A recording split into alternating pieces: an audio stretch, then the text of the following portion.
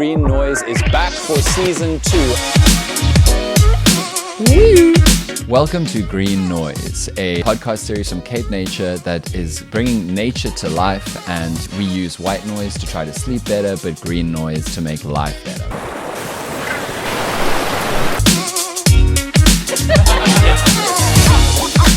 You've got this wall of fire coming towards you. What are you going to do? It's a massive shift in tourism.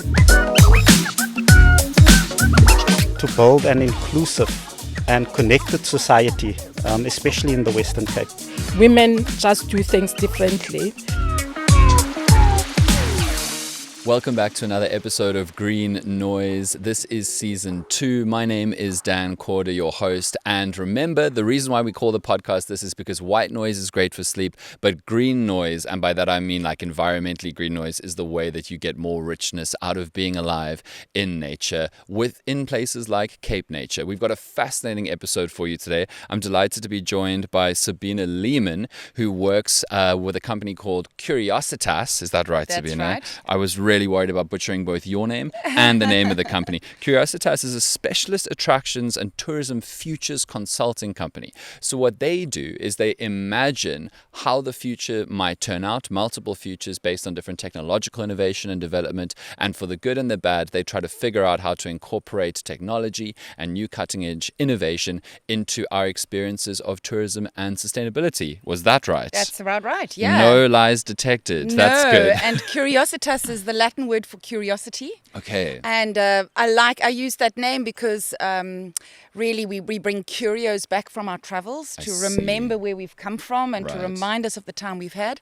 But we can also bring curios back from the future, so we can imagine some futures and talk about them today and say, what are these artifacts of the future and what guidance or clues do they give us about the futures that we want, and perhaps more importantly, the futures we want to avoid? For sure. We are coming to you live. I'm not going to say live. Well, I've said live now, so we're going to keep going. We are live right now from Assegai in the Jonkershoek Nature Reserve beyond Stellenbosch, one of the beautiful Cape Nature locations. So thrilled to be here and work at the same time, combining work and pleasure in such a good way. And on this episode, we're going to talk about technological development in the ways that it's affected sustainability and hopefully improved options for sustainability and sustainable practices of nature, and also improved ecotourism. So that's what we're going to be covering today, even with AI technology, which is more and more taking up its place in helping us to be more sustainable and help the planet as we continue to try and enjoy it ourselves. By the way, Cape Nature uses a ton of this stuff. So many different cutting edge innovations Cape Nature takes advantage of. They're using drones to track populations of key bird species in different parts of South Africa. I actually don't have the big words to handle this story on my own, but they're working with NASA technology, the NASA technology, on a project called Bioscape, where NASA's got this cutting-edge hyperspectral sensors, which sounds like something that you have to do at least 3 years of university to truly understand. And these sensors cover hundreds of bands across what is called the electromagnetic spectrum, and will be augmented by structural sensors such as ELVAs to measure the 3D shape of vegetation. And they're doing that and using that technology in a lot of Cape Nature reserves because we've got this extraordinary world-breaking biosphere of fynbos and the entire kind of garden route biosphere. So it is absolutely fascinating to see how Cape Nature is using it already. But now I want to hear from Sabina, who literally does this kind of thinking and imagining and consulting for a living. So Sabina, let's start with the tech revolution, but particularly AI, which is what everybody is talking about now. How has AI disrupted or affected the tourism sector already? Yes, so it's actually started a while ago already, and it started with the airlines, who started using AI technology to forecast demand for their flights and their routes, and hence is using dynamic pricing. So everybody now knows, and when I was growing up, you paid one price for your seat no matter when you flew, and the person next to you certainly paid the same price as you. And of course, we now know that those price changes all the time. And that's really where it started almost 3 decades ago. Do you bother to... I spend an extra 50 Rand to pick my seat. Yeah, I don't do the extra 50 Rand for priority boarding. I couldn't bother with that. It changes. But I need to have a window seat near the back of the plane. It changes on my mood of the day. And I have to say, I still get frustrated at the thought that I might be getting a cheaper price elsewhere, and I'll probably spend too many hours looking that direction, and thus not saving time or money. But AI, artificial intelligence, is certainly infiltrating and influencing our lives in more ways than we can imagine. And particularly if you're not involved yourself, it's often hidden in the background. And of course, it has both benefits and risks. But ultimately, it's here to stay, and we need to understand how we can work with it and how we can use it to suit our needs and our goals, our purpose. So let's talk about first data-driven conservation, how important it is to be able to process, deal with, capture, and then respond to more and more data that we're now able to gather, whether it's drones counting all the birds or whether it's like using other kinds of tracking technology for like zebra translocation, how AI can be worked into handling that in ways that almost is too much for human beings. Well, I think that's the issue, is that AI deals with big data. So in collecting it, and perhaps in collecting it in new and unusual ways. I was just reading up about eDNA, for example. So this is electronic DNA that tracks the residue of, for example, some I can't remember the exact name of the mole now on the West Coast. It tracks its burrow linings. So in the absence of the animal, you can still track where it's been, where it's going, how it's behaving. And as with so much with nature, the complexity of it, the data size is huge. So the first aspect of AI is really collecting vast sums of data. And that we've been doing for almost 3 decades already. Sure. The next step has been in how do we group that data? You need a human to decide which data you want to group.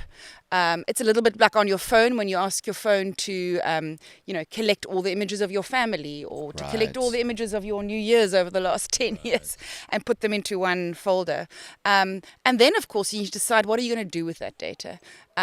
So there is a lot that it can do. There's a lot that it can't do. It still requires human intervention for intelligence and for choosing which information to track. But again, it'll evolve. It'll really evolve over the decades to come. And how in the world, and then more locally, specifically in the Western Cape, is AI being used to create better, more sustainable ecotourism? So one of the big things in tourism is really the funneling of people and tourists to more than just, let's call it, the bucket list destinations. I see. Because ultimately, if we can spread demand over seasonality and over geographical space, we have a more even distribution of tourists. Sure. And you're not needing to build more hotels because, in fact, they're used up also in the quiet times. You're spreading the load. Okay. You're spreading the load, and you've invited visitors, both local, domestic and international, to perhaps visit in the off-peak times, or to perhaps visit to places that are unknown or quieter. And so I really think, certainly in tourism, AI and the spreading of geographical and time demand is one of the greatest tools we have. Because people just don't know what's out there. And, for example, this morning I drove from Cape Town through to Assegai here in the Jonkershoek Mountains, and it was AI that told me which is the quickest route. It was gathering data, told me a quieter route with less traffic but might take longer. And that's exactly what can be used for tourism, to really spread that demand. I think what's extraordinary about the Western Cape, and Cape Nature locations sometimes are a part of that, is that there's such a wealth of extraordinary things to go and do. I did a video the other day about Chapman's Peak, which is one of the most jaw-dropping, phenomenal roads in the world in terms of view, in terms of architecture, in terms of the feat of engineering to create it. And I just made a video being like, guys, I don't know if you know this, but one of the best things to do in Cape Town is go and drive this road and know so many people, except, I guess, Cape Townians, most Cape Townians were like, what? We've never heard of this jaw-dropping site before. So I really hear what you're saying about that. And my sort of comment on that is, just on Tuesday, I had to go to a meeting from Wellington and from there to Worcester. And I had an international visitor with me, and I said, let's do Bainskloof Pass and let's stop at Tweedatoll, which is also a Cape Nature site, for a swim. Overseas, they call it wild swimming. We call it just swimming in a river. What do you mean wild swimming? Just not in a pool? Not in a pool, and I was teasing my UK niece, actually, that was with me, and I was saying, well, for us, it's just swimming in a river, but a beautiful, clean, we were the only people there. And I mean, that road building and road engineering on Bainskloof is amazing. So that's an example where, you can start pushing people to lesser known areas and to driving instead of, I mean, Champions Peak is amazing and you pay your toll there, but Tweede you can pay your Cape Nature entrance fee and have this entire river system for yourself and swim in these beautiful rock pools, which is really not available to many people in the world, right? And we still have swimmable, clean rivers managed by Cape Nature. So that is a good example of leading people on a different track and giving them a good experience. For sure. And I'm also interested in the ways that AI is able to kind of predict like what you will like. So everybody has complex feelings about targeted ads. Yes. And sure, a lot of the time I just don't need that Lilo and Stitch shaped trinket from China that's probably going to work for about 6 days. But like a lot of the targeted advertising gleaning from like big data algorithms from like social media can go, okay, you've liked these 7 things. I'm pretty sure you'll like this 8th thing, even if it's not on the top of every tourism list. Yes, exactly. So it can direct us to other, if you like this, you will also like that. I call it the Netflix effect, which again has positives to it. It also has negatives to it. And I find that perhaps we are becoming less open to courageous decisions, to investigating things we don't like. Okay, I we hear are that. perhaps less open to trying new things, also to serendipity, to stumbling across something that you didn't know you liked, like swimming in a river / wild swimming. My niece said she would never have stopped there because it looked like the office on the side of the road didn't look like a picnic spot or a swimming spot. Yes, for sure. So yes, AI could have directed you to stop here and said, we recommend an hour's rest here, but at the same time we need to be careful as humans that we remember we have our own human volition and engagement, that engaging with others, being courageous to try new things that many people will say, I'm a bit afraid of the wild. It's very quiet. Am I safe? I'm scared of animals. I'm scared of snakes. So AI can help you perhaps talk through those or understand how valid those fears are. At the same time, I am conscious that it's taking away serendipity and sort of exploring, and I'm hooked on the word curiosity and being curious about things that we don't know anything about. So there's always this fine balance with technology, right? And we will have to see how that unfolds. And I mean, that's exactly what I want to ask you next in terms of different kinds of jobs. So we know that technology and AI and huge data processing can yield a lot of benefit. Like another example is digital mapping of vast areas of land and making it responsive to your GPS location, which is good for fighting fires and monitoring all kinds of potential threats, and also just understanding better the terrain that people move through. But when people hear of AI and big tech, they think I'm going to lose my job. Yeah. So I'm interested to hear from you about the space of ecotourism and sustainability in the Western Cape. What kind of jobs may no longer exist? What kind of jobs may really just require you to reskill and upskill to use technology to better do your own job more effectively? I think it's very exciting for young people of today, Gen Alpha, Gen Z, Gen Alpha. They're at the intersection of a sort of beautiful spheres. One is that, first of all, they're a demographic, obviously, that are younger and therefore will be living in our future for longer. I mean, the future is a neutral space. It belongs to all of us. We all have the same rights for a future that suits us. But some of us will be living longer in that future and have a greater vested interest in a future that is sustainable. At the same time, this generation are digital natives. They're very au fait and comfortable with technology. I haven't been able to print out my notes because last minute my printer, I need my young person to help me. But our digital natives are very comfortable with that. And finally, our younger cohorts, generational cohorts, are interested in working in jobs with purpose. So if you put those 3 things together, they're longer in the future, they're more invested in it, they want jobs with purpose, and they've grown up as digital natives. Sure. There's a beautiful intersection of a comfort with technology and what it can give, an understanding of where its failures are and what to be beware of, which I think older generations, we all have grandparents who, they get some email spam and, but they addressed me in person. It must be real, Yeah, there was that South African woman living in Cape Town last year who was fully in a relationship with who she thought was Elon Musk on WhatsApp. There you and go. she sent him millions of rands, and he was about to arrive alive for the wedding for like 8 months. And then we discovered that a year before she'd been in a WhatsApp relationship with Dwayne The Rock Johnson. Oh, my word. She is an extraordinary game. Yeah, exactly. Online. So I think for young people, it's an incredibly exciting time. And what's interesting in conservation, including Cape Nature, is that they're often on the forefront of these technology changes because, of course, they're dealing with global and local issues. They are dealing with big data. Sure.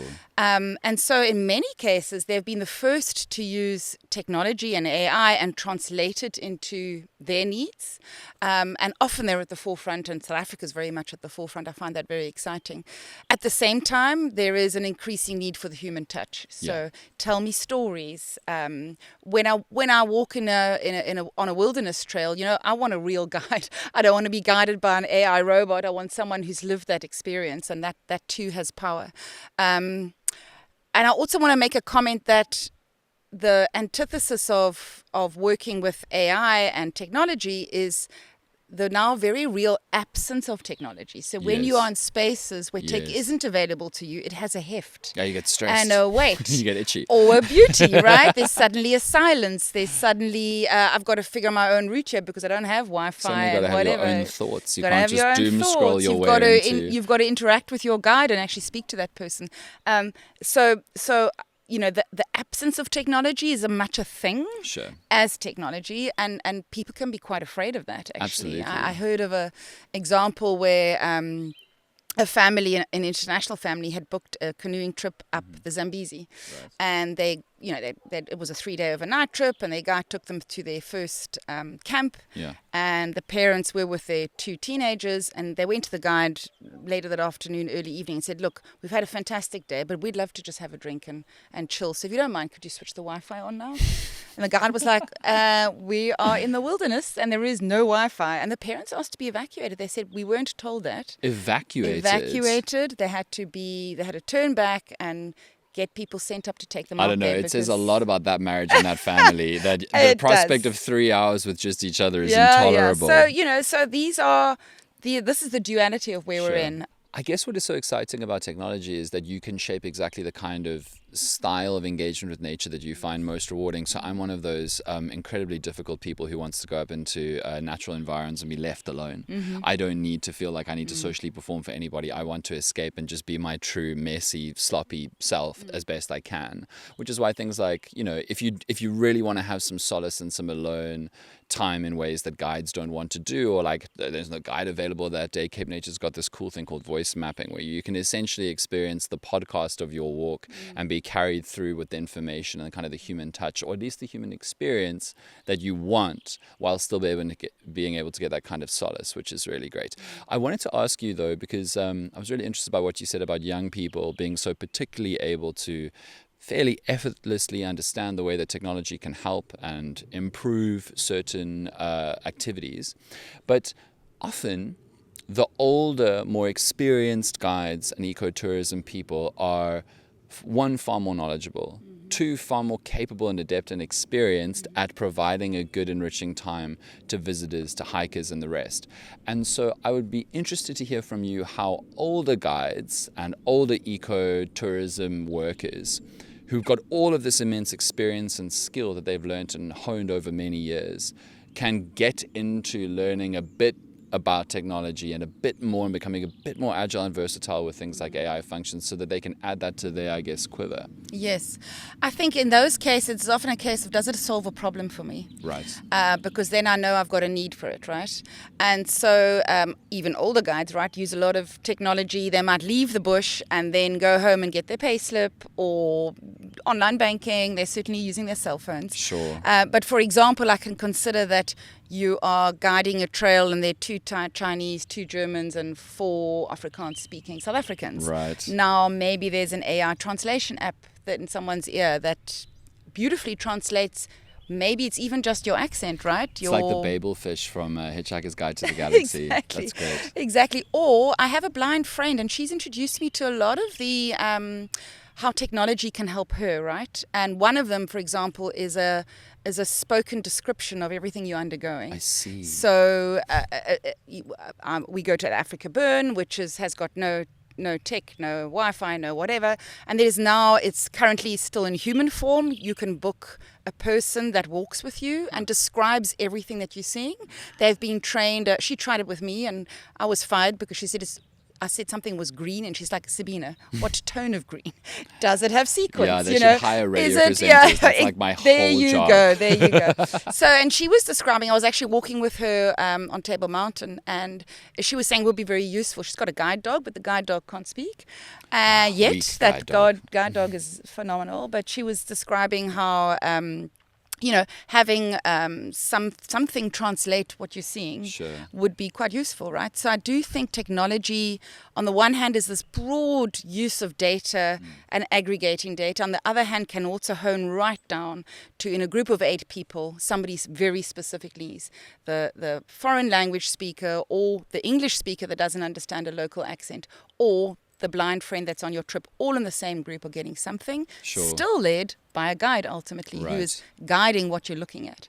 So it's very exciting, but there's always moments when you bump up against it, and I'm not sure how I would feel being in the wilderness trail with other people with an earpiece on. Personally, that would disturb me, but then I'm older and I'm happy without tech. I consider it an absolute blessing if I'm somewhere without tech. So. For sure.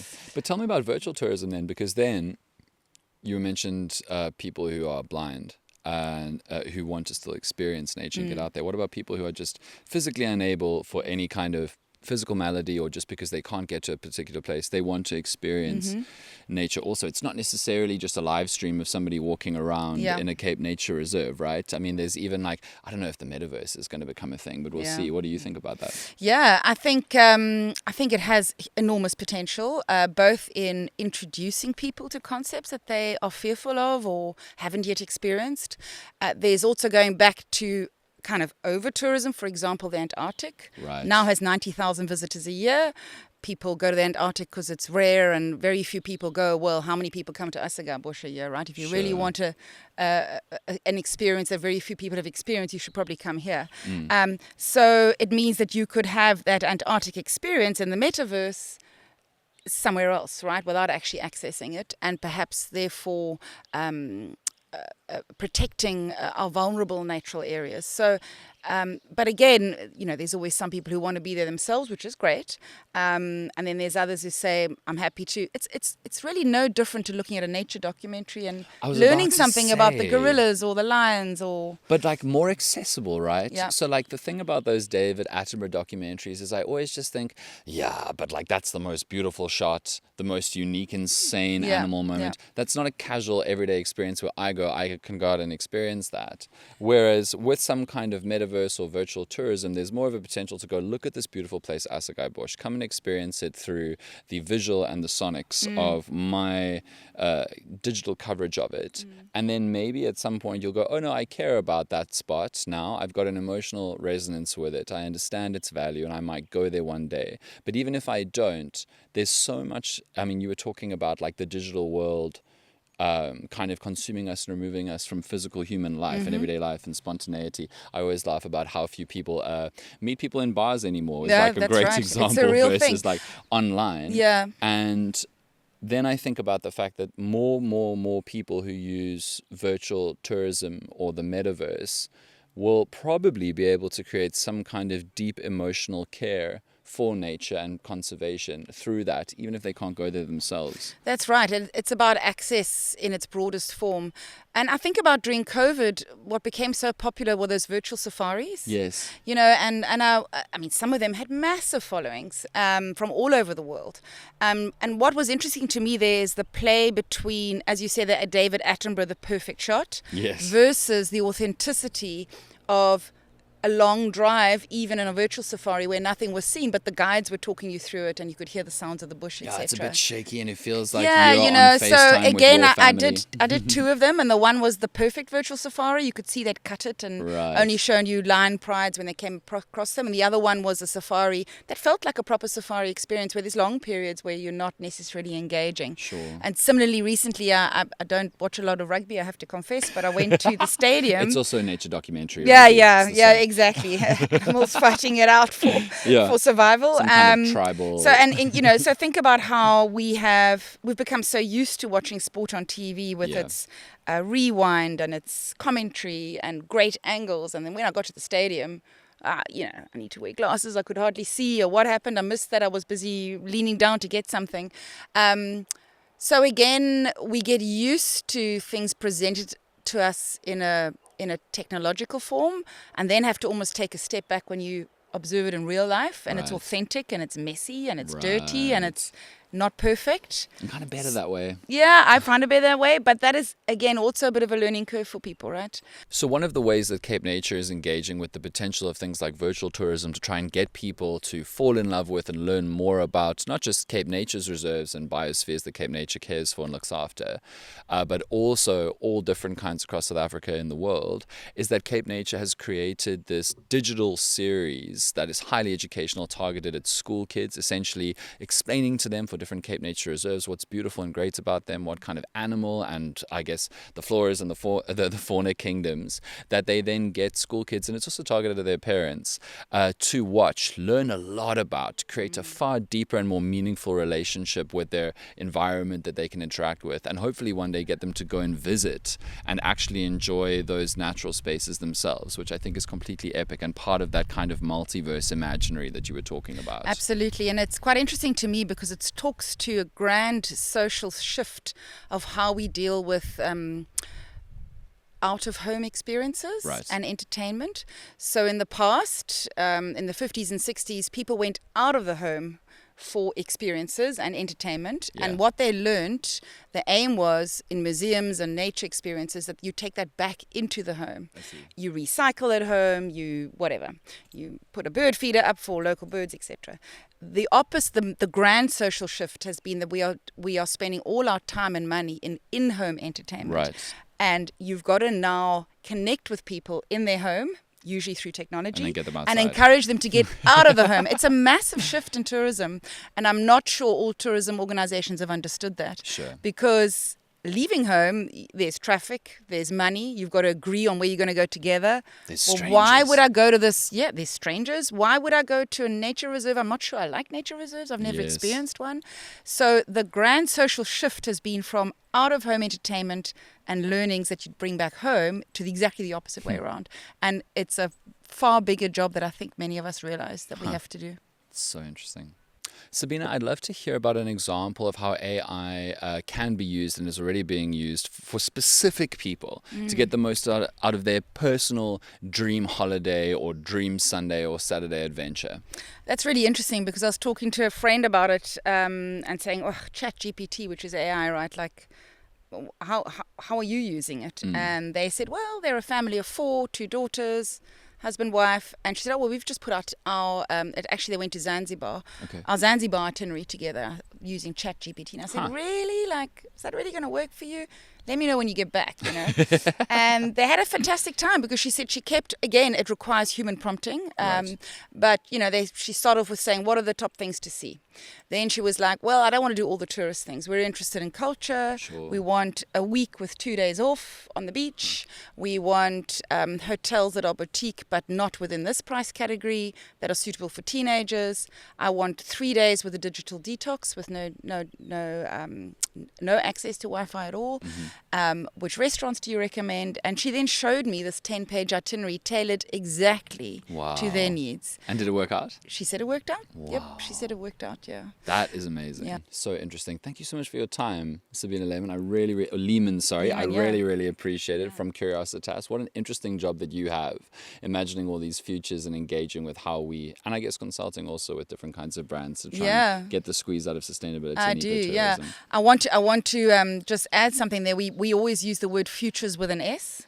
It's multiple futures, which you've just done, futures, because we understand that there are the future's not entirely predictable. Absolutely. And it's certainly not one future that is upon us. There are multiple versions of a future that could happen. Good ones, bad ones, going along the same path, very slowly leading to collapse or leading to gain. And so we talk about a plurality of futures and which ones do we want to avoid, which ones do we want to move towards, and how do we gain momentum to move towards those futures that suit us. Absolutely, man, it's so interesting. And now you listening to this, thank you so much for watching, because we're also videoing it, or listening to this episode of Green Noise, a Cape Nature podcast series. And now that you've heard all of this and thought about all of this, go check out opportunities for metaverse and virtual tourism. Go think about different ways that you can incorporate technology into your next experience of nature and try to become more sustainable. And go see what Cape Nature is doing in these kinds of cutting edge tech fields by going onto Cape Nature's social media or content platforms, and also Cape Nature's website. Thank you so much for listening/watching.